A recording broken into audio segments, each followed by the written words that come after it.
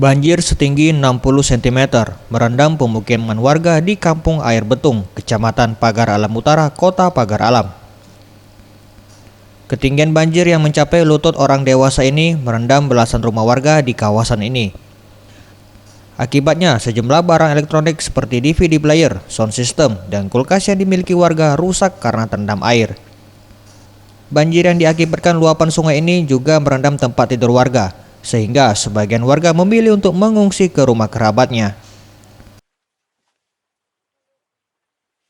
Salah seorang warga setempat, Darmono, menuturkan, hujan deras yang mengguyur Kota Pagar Alam selama lebih kurang 4 jam mengakibatkan rumahnya dan warga lainnya terendam banjir.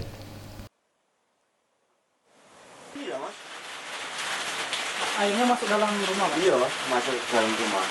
Setinggi apa, Pak? Setinggi kira-kira 60 cm lah, Pak. Ini lutut ya? Iya, iya. Lutut. Iya. Jadi Pak, barang-barang kita ini gimana tuh, Pak? 3 tahun menyelamatkan lagi mas semacam ini. Zulfikri, Sriwijaya TV.